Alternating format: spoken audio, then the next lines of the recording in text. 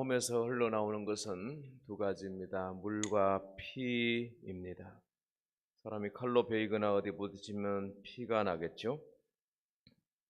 그러면 저녁까지 부정하게 되고, 레위기 15장에 따르면 월경한 여인도 하루 동안 부정하고 설정한 남자도 하루 동안 부정하다고 말씀하고 있습니다. 25절에 보니까 여인의 유출이 심해서 여러 날 간다든지 하면 그 기간 내내 부정하고 유출이 그치고 7일이 지나야 정결하게 되는데 8일째 되는 날 산비둘기 2마리, 집비둘기 새끼 2마리 가져다가 회막문 앞 제사장에게 가져가서 속죄제물과 번제물로 각각에 드리고, 그러면 여호와 앞에서 속죄가 된다는 거예요. 여호와 앞에서 속죄하라.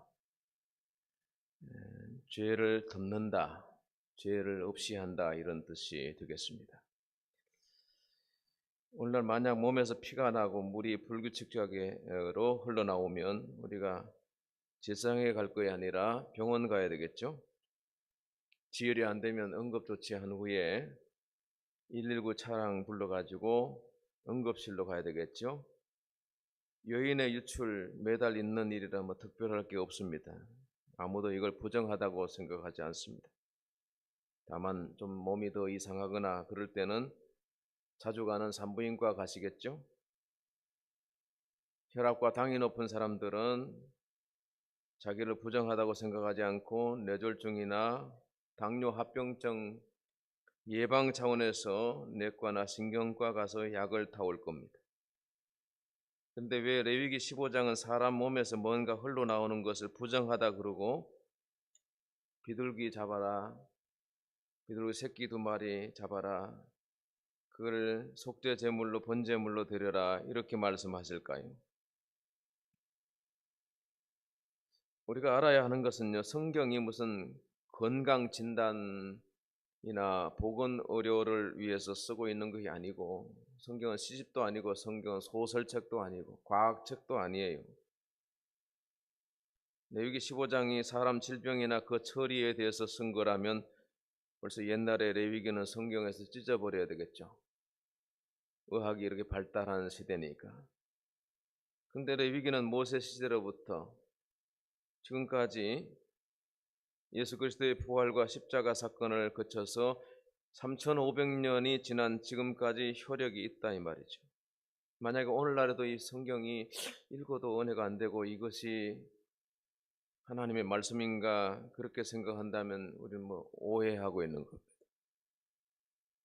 성경은 언제나 하나님의 말씀이고, 성경이 우리에게 가르쳐주고자 하시는 진실은, 진리는 우리가 죄인이라고 하는 것을, 우리 몸에서 나오는 건 다 부정한 것이고 더러운 것이다라고 하는 것, 우리 속에 유출의 근거가 되는 피가 있다는 것이고, 이 피는 다 타락해서 모든 혈과 육에 속한 사람들은 다 죄인이고, 그래서 속죄해야 된다는 것이죠. 이건 굉장히 중요한 것입니다. 사람에게 나오는 것이 우리를 더럽게 한다. 주님께서 마태복음, 마가복음 7장에서 말씀하고 있는데, 사람에 들어가는 것이 더럽게 하는 게 아니라 사람에게서 나오는 것 속에서, 곧 사람 마음에서 나오는 것이 악한 생각, 음란, 도둑질, 살인, 간음, 탐욕, 악독, 속임, 음탕, 질투, 비방, 교만, 우매함, 이 모든 악한 것이 다 속에서 나와서 사람을 더럽게 하는 것이고, 그런 더러운 사람이 주변에 있으면, 가족 중에 있으면 우리 가족이 불행한 것이고 힘들어지는 것이고, 산이 안 산이 그러고 회사가 망가지고 동지들이 흩어지고 친구들이 왼수가 되고, 세상은 요지경 세상이, 죄악 세상이라는 것. 유출병이라고 하는 것은 우리 마음 깊은 곳에 숨어있는 죄의 근원을 가르치며, 유출병에 걸린 자와 접촉하는 자도 부정하고 그 앉은 자리도 접촉한 모든 것이 부정하므로, 여러분 세상 우리가 어디를 간들 부정하지 않는 것이 어디 있습니까? 그래서 시편 1편 말씀에 보니까 악인의 길을 쫓아가지 말아라, 죄인의 자리에 서지 말아라. 오만한 자리에 앉지 말아라. 오직 복 있는 사람은 여호와의 율법을 사모하며 그 율법을 주야로 묵상하는 자로다. 할렐루야. 우리는 참으로 복된 자리에 있습니다. 속죄할 수 있는 자리에 십자가 아래 그리스도의 교회에 모여 있습니다. 왜 십자가냐? 왜 예수냐? 요한복음 19장에 십자가에 달리셔 죽으실 때 그중 한 군인이 창으로 옆구리를 찌르니 물과 피가 나오더라. 피와 물이 나오더라 그랬습니다. 예수님 몸을 탁 주셨어요. 뭔가 피와 물을 탁 쏟으셨어요. 요한일서 5장 6절 말씀 보니까 이는 물과 피로 임하신 이시니 곧 예수 그리스도시라. 우리도 혈통으로 육정으로 났지 않습니까? 피가 흐르고 물이 있습니다. 근데 우리의 육체는 이 피와 물은 다 더러워졌어요. 그것만 더러워진 게 아니라 몸 전체가, 우리의 마음 전체가, 우리의 영혼까지도 다 병들고 피폐해지고 마귀의 속성을 닮아 있습니다. 그래서 우리는 속죄해야 되는 것입니다. 깨끗게 되어야 하는 것입니다. 그런데 깨끗게 할 수 있는 능력이 어디 있느냐? 그리스도의 피와 물에 있는 줄 믿습니다. 왜냐하면 물이 말하는 것이 뭐냐 하면 물로 씻어 말씀으로 깨끗하게 한다 그랬어요.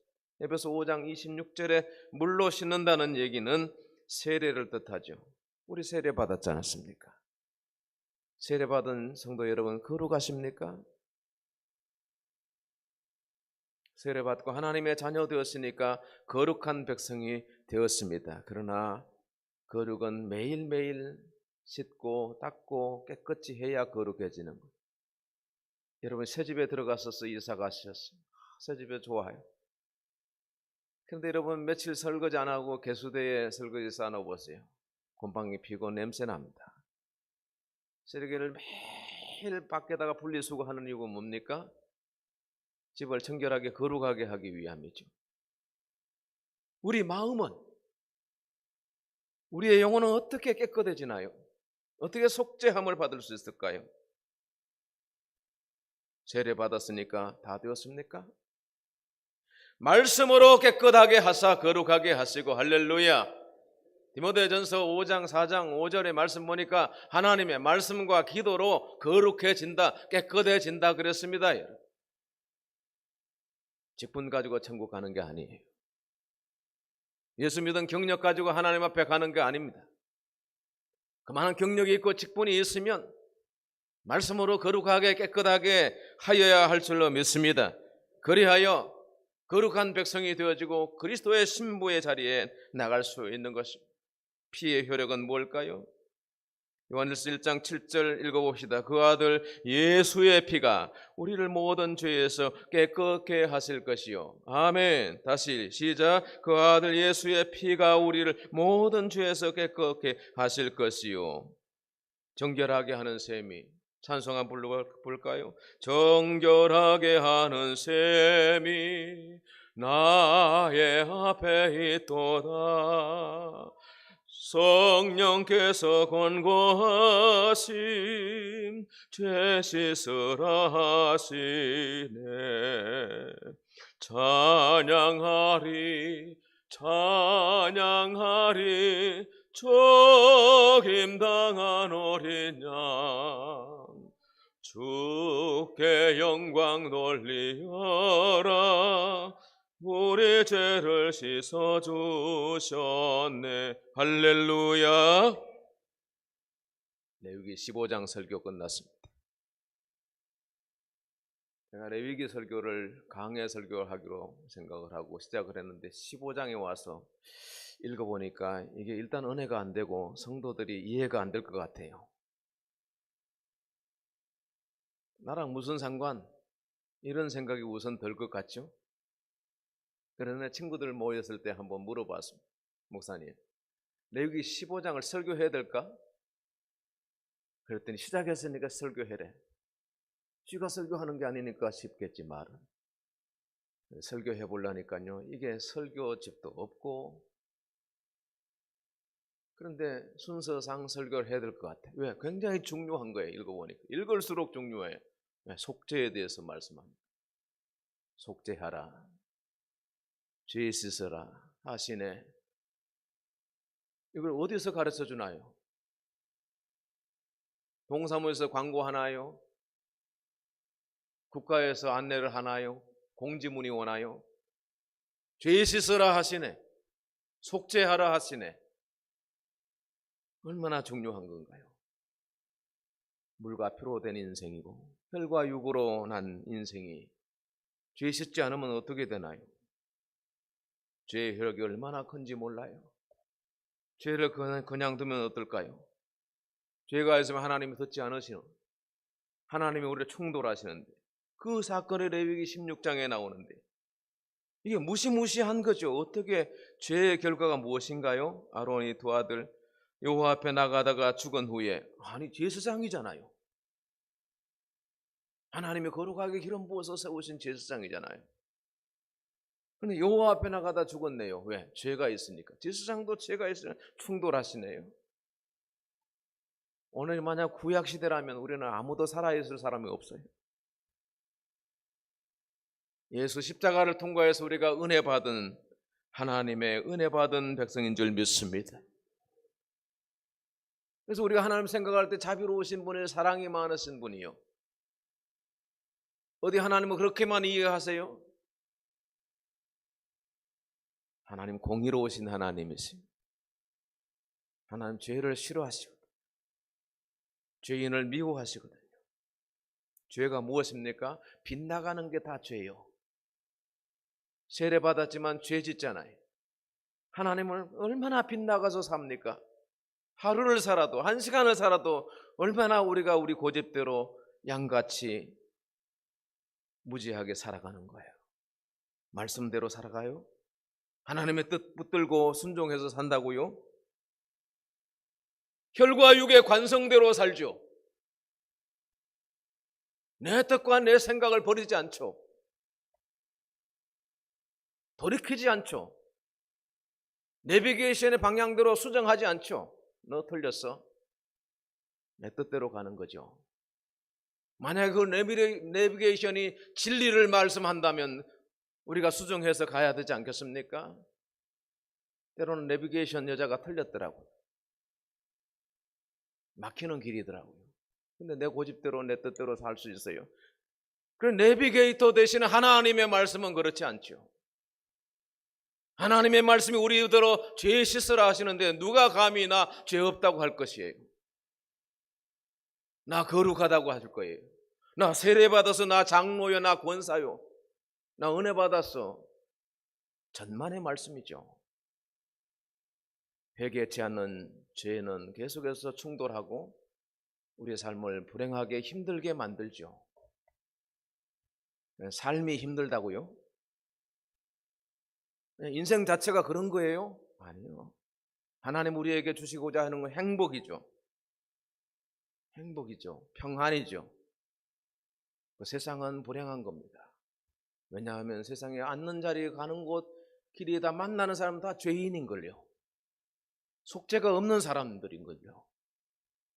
그래도 속죄받은 사람들의 교인들끼리 공동체로 산속에 살 수는 없잖아요. 안식교인처럼. 그 안식교인은 죄가 없나요? 모든 사람이 이 속죄에 걸리는 것이죠. 레위기 15장 16장의 해결책이죠.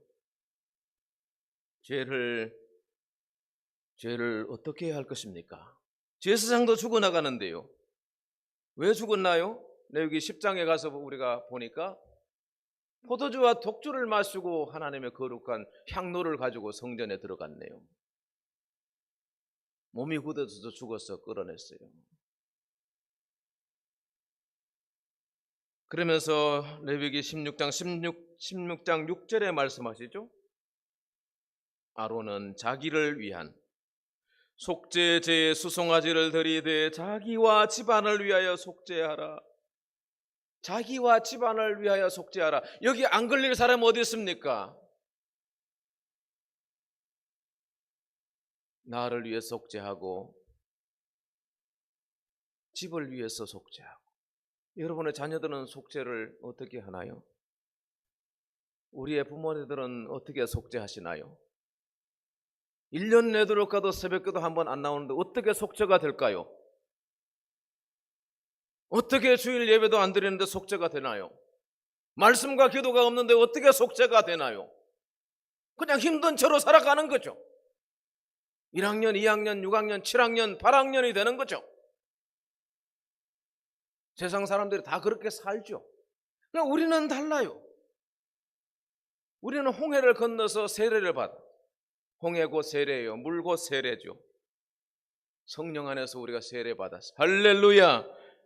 죄 없이 함을 받았어요. 그러니 매일 속죄, 매주 속죄해야 되는 거예요. 속죄를 통해서 얻는 결과가 뭡니까? 죄를 없애주시는 거예요. 이사야 43장 25절 나는 내 허물을 도말하는 자니 말아서 없애버린다는 거예요. 내 허물을 기억하지 아니하리라. 할렐루야. 이사야 6장 7절 말씀 네 죄 사함을 받았느니라. 예배를 통해서 회개를 통해서 십자가 아래에서만 그게 가능한 거죠. 미가서 7장 19절 읽어봅시다. 다시 우리를 불쌍히 여기셔서 우리의 죄악을 팔로 밟으시고 우리의 모든 죄를 깊은 바다에 던지시리. 죄가 소멸된다는 것이죠. 우리 죄가 다 소멸된 줄 믿습니다. 우리가 아까 회개 제사 드렸잖아요. 참회기도를 주 앞에 나올 때마다 참회기도 하지 않습니다. 죄를 없애주신다. 두 번째는 자유함이 있습니다. 죄가 너희를 주장하지 못하리니. 죄가 주관하는 사람이 있는 거예요. 죄에 끌려다니는 거예요. 죄를 죄로 분별할 수도 없어요. 죄가 한 몸체가 되어버렸어요. 깨닫지도 못해요.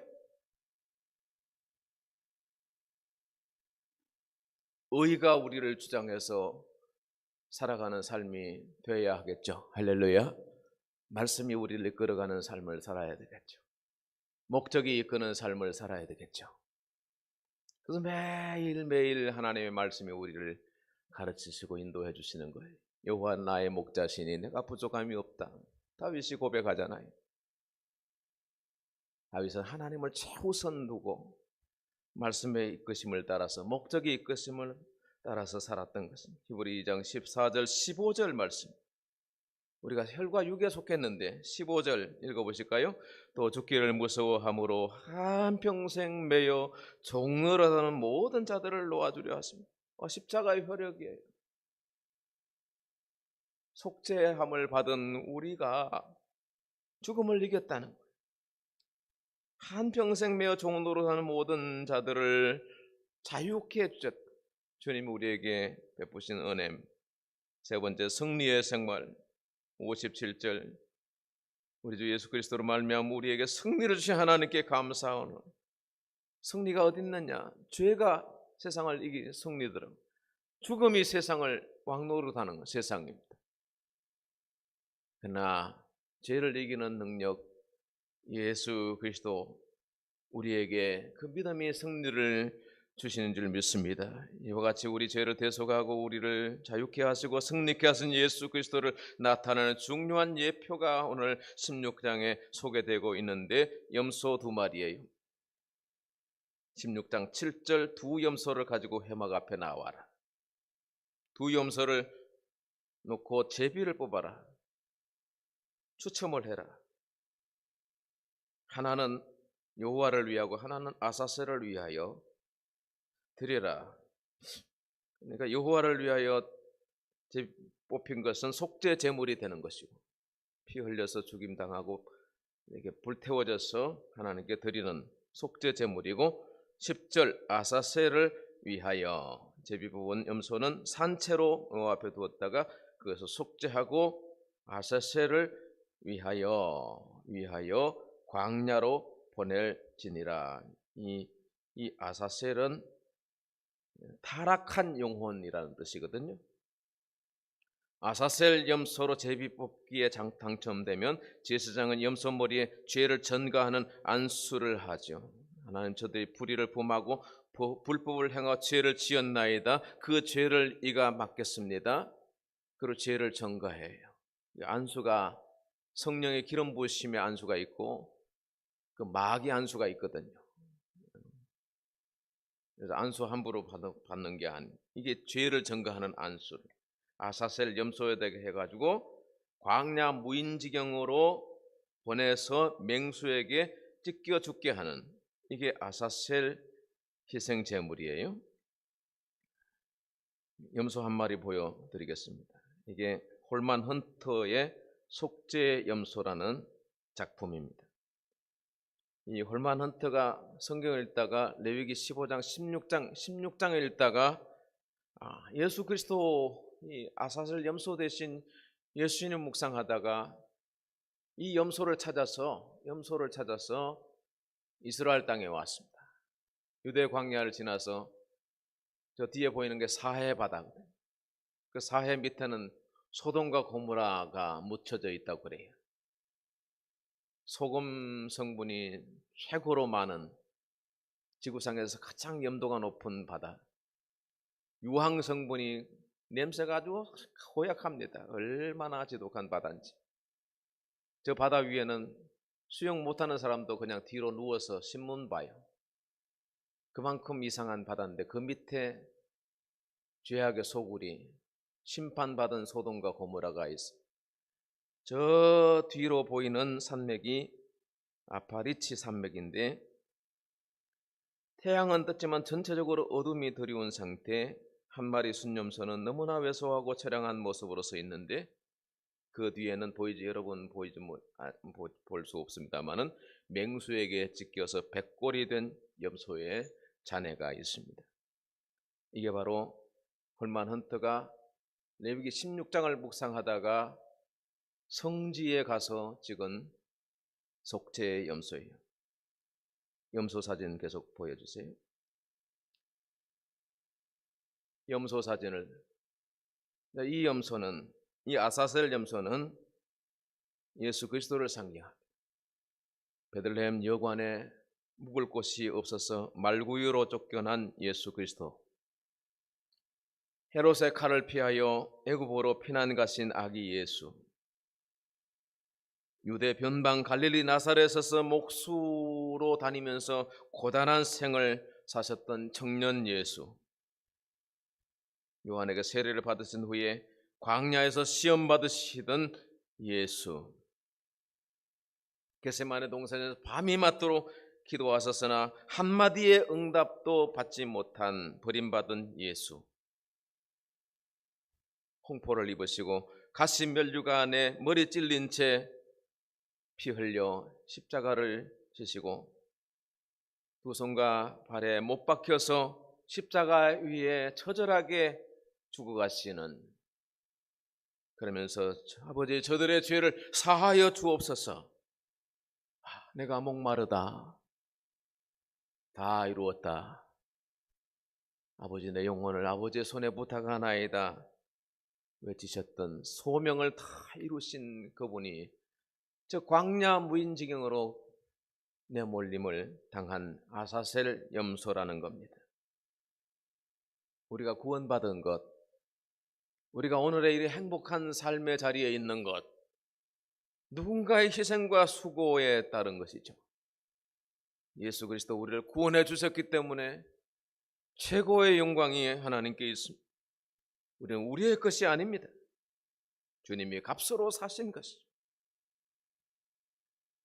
피 흘려 죽으신 그리스도를 바라보시고 그가 찔리신 십자가, 그가 지신 멍해를 생각하면서 우리에게 주신 멍해, 우리에게 주신 십자가가 있다면 잘 감당해서 주님과 함께 쫓아 행하고 주님의 보좌의 우편과 좌편에 설 수 있는 저와 여러분 모두가 되시기를 축복합니다. 하나님 아버지 감사합니다. 속죄의 은혜를 주신 것을 감사드립니다.